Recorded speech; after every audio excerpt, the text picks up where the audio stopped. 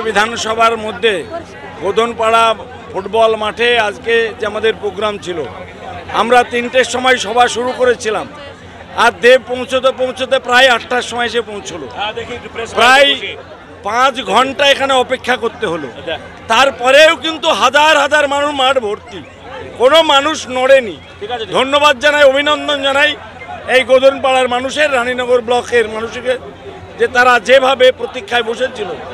এবং আমার তো মনে হয় 25-30 হাজার মানুষ এই ফিল্ডে জমায়েত হয়েছিল, যেটা আমাদের কাছে উপরি পাওনা। অত্যন্ত ভালো লাগছে। হাফেজ মেহবুব মুর্শেদ সাহেব, সর্বোপরি সৌমিক হোসেনের নেতৃত্বে এই সভা সুন্দর এবং সার্থক হয়েছে। আমরা ভীষণ খুশি। এটা পরীক্ষা, মমতা বন্দ্যোপাধ্যায়ের পরীক্ষা।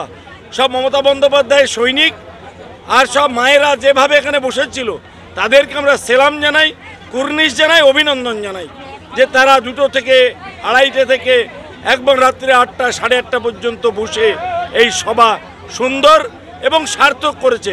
এর মধ্যে 25-30 হাজার মানুষ, কেউ একটা এদিক ওদিক করেনি, সমস্ত মানুষ বসেছিল। এই যে তাদের ধৈর্য, এই ধৈর্যকে আমরা তৃণমূল কংগ্রেসের পক্ষ থেকে অসংখ্য ধন্যবাদ, অভিনন্দন জানাই। দেখো, হেলিকপ্টার একটা দুর্ঘটনা ঘটেছিল, হেলিকপ্টার উপরে উঠেছে, তারপরে দেখছে ধোঁয়া উঠছে। তোমরা বিভিন্ন নিউজে দেখেছো, প্রায় 300 কিলোমিটার অতিক্রম করে আজকে তিনি প্রায় 4 ঘন্টা জার্নি করে এই মিটিং এসেছে। একজন রাজনৈতিক ব্যক্তিত্ব বলে, আমার সতীর্থ এমপি, তাই ভালোবাসার টানে এখানে এসেছে। আমরা তাকে অসংখ্য ধন্যবাদ, অভিনন্দন জানাই।